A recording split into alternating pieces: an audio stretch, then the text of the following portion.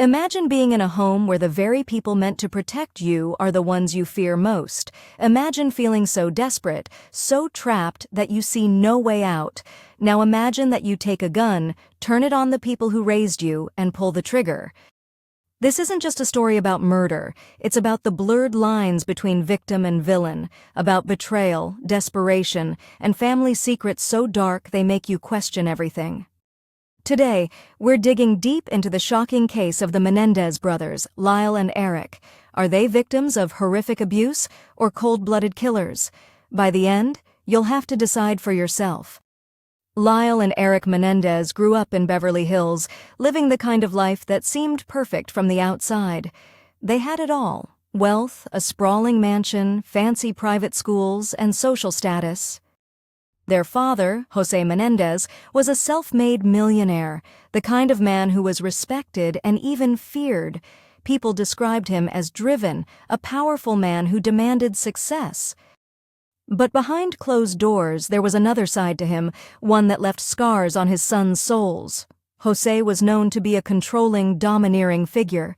He pushed his sons to perfection, showing no mercy when they failed to meet his impossible standards. Their mother, Kitty, struggled with her demons. Depressed and addicted to drugs and alcohol, she was emotionally distant and sometimes cruel. To the boys, their home felt less like a sanctuary and more like a prison. But what if I told you this was only the beginning? Behind this facade of privilege was a story of unimaginable pain, a family so fractured that the brothers began to believe their only way out was to kill the very people who brought them into this world. Hold on to that thought because it's about to get a whole lot darker. It was the night of August 20th, 1989. Lyle and Erik Menendez walked into their parents' lavish Beverly Hills mansion armed with shotguns. The details are chilling. Jose was watching TV on the couch, and Kitty was resting nearby. Without warning, the boys unleashed a torrent of bullets, leaving their parents' bodies unrecognizable. It was a scene of horror, the kind you'd expect in a mob hit, not a family home. When it was over, Lyle called 911, feigning shock and terror. He was screaming, "Someone killed my parents," as if he didn't know exactly who was responsible. The police arrived, finding the brothers distraught and devastated. To the outside world, it looked like they'd just lost everything. But here's where things start to get strange. Over the next few months, instead of mourning, Lyle and Erik went on a spending spree. They blew through over $700,000, buying everything from Rolex watches to a Porsche, even a restaurant. Imagine this: your parents are murdered, and instead of grieving, you're shopping. It didn't take long for people to start asking questions, but the brothers kept their secret, even as rumors swirled around them. For a while, it seemed like they might get away with it. Fast forward to early 1990, Erik Menendez, the younger brother, was weighed down by the guilt, unable to keep the secret any longer. He confided in his therapist, Dr. Oziel, spilling every detail of the murders. But what Erik didn't know? Dr. Oziel had secretly recorded the confession. Those tapes would become the key evidence against them, and when they were finally made public, the media went wild. Suddenly, these two seemingly grieving sons were exposed as killers, but the story doesn't end there. Once the brothers were arrested, a new narrative emerged, one that shocked the world all over again. When the Menendez brothers finally went to trial, their defense revealed that Lyle and Erik were not just killers, they were victims. The brothers claimed that their father, Jose, had abused them in unimaginable ways for years. They described a childhood filled with fear, pain, and constant abuse. They said that Jose was a tyrant who controlled every aspect of their lives, who humiliated them, hurt them, and even abused them sexually. Kitty, they claimed, knew but turned a blind eye, leaving them isolated and helpless. Their defense argued that this wasn't a case of greed, it was a case of two desperate young men who saw no other way out. Their testimony was heart-wrenching.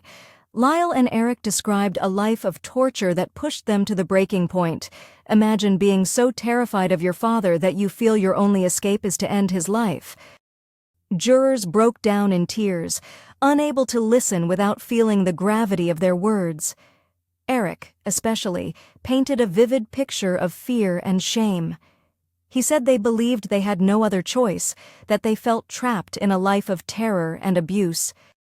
The brothers insisted that they hadn't killed for money, they'd killed to survive. But as compelling as their testimony was, the prosecution had a different story to tell.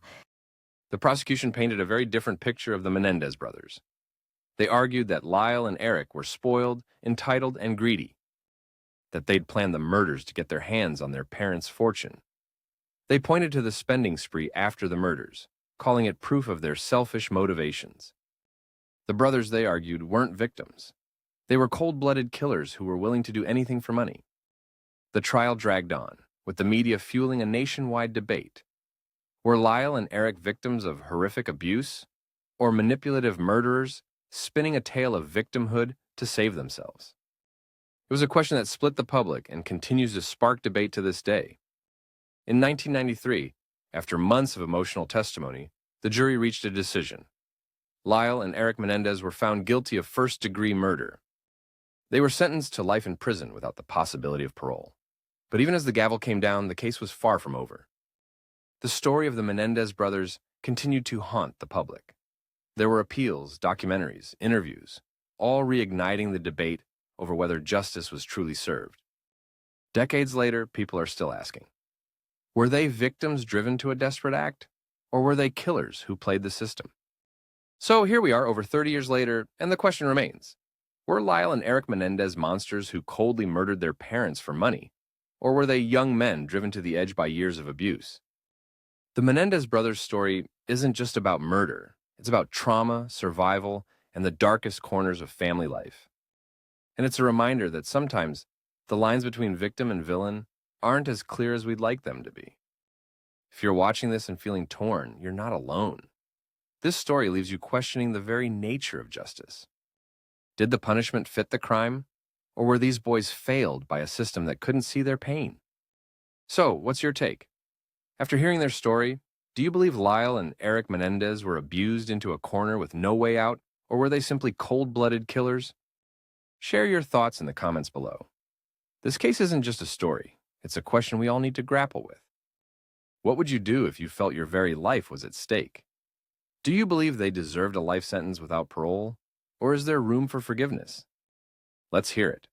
And if this story made you think, made you question, and made you feel, hit that like button, subscribe, and stay tuned for more deep dives into the stories that keep us up at night. Because sometimes understanding what drives people to do the unthinkable is the only way we can truly understand ourselves. Thanks for watching, and until next time, stay curious, stay questioning, and remember, nothing is ever as simple as it seems.